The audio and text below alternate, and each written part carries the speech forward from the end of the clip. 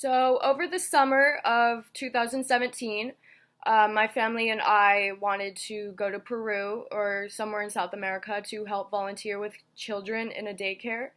And so we chose Arequipa, Peru.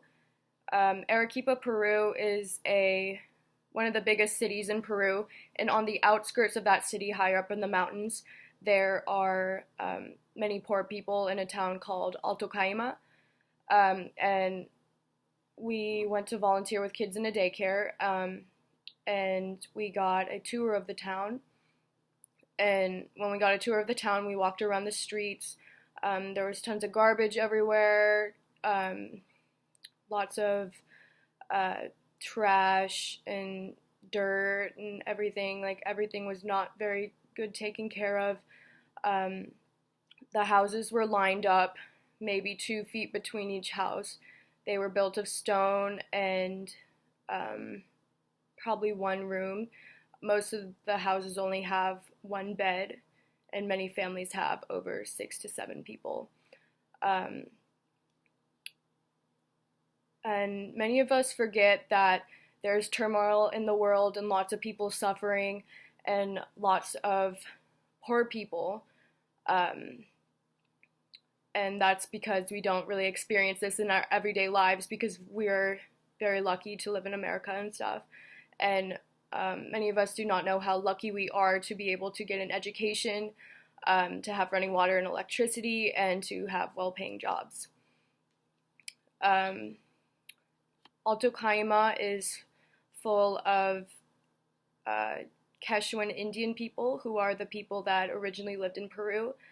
And they're very segregated against and discriminated against, so it's very hard for them to find a steady, well-paying job. So the only way many of these people get money is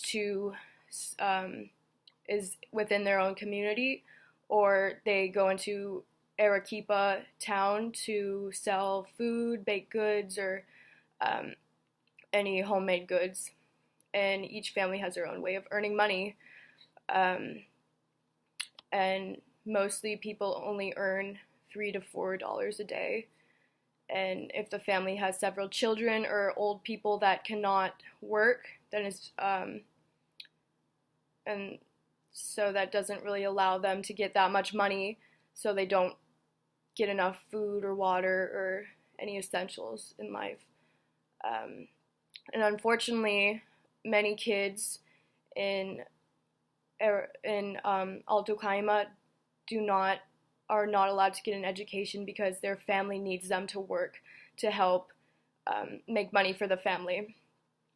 And many kids never get the opportunity to go to school or to get an education, because at this point the intake of money is a lot more important to the family.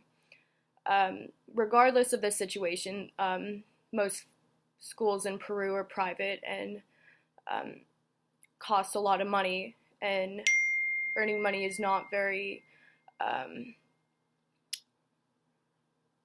earning money for school is not the only financial problem for these families. As we know, many of them cannot afford enough food or drinkable water, or school supplies, or much more.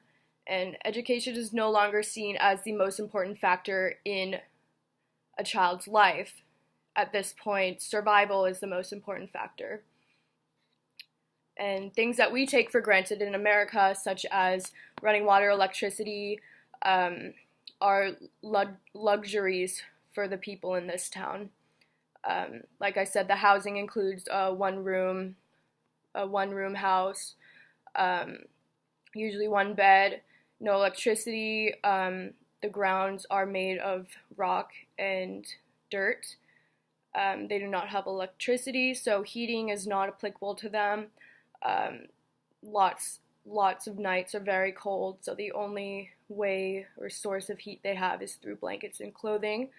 And there is a water system that goes up to the town, but the only times they're available to get pails of water, they're only allowed 4 pails of water, and that is between the hours of 12 and 2 in the afternoon.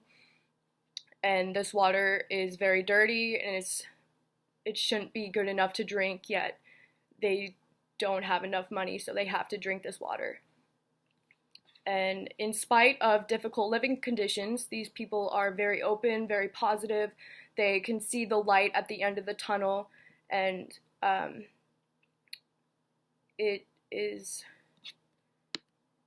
one thing to hear the stories about a community, but it's a whole different thing about going and being in the community, celebrating some holidays with them or spending time with them. And though they do not have everything, they realize that dwelling on it will get them nowhere in life.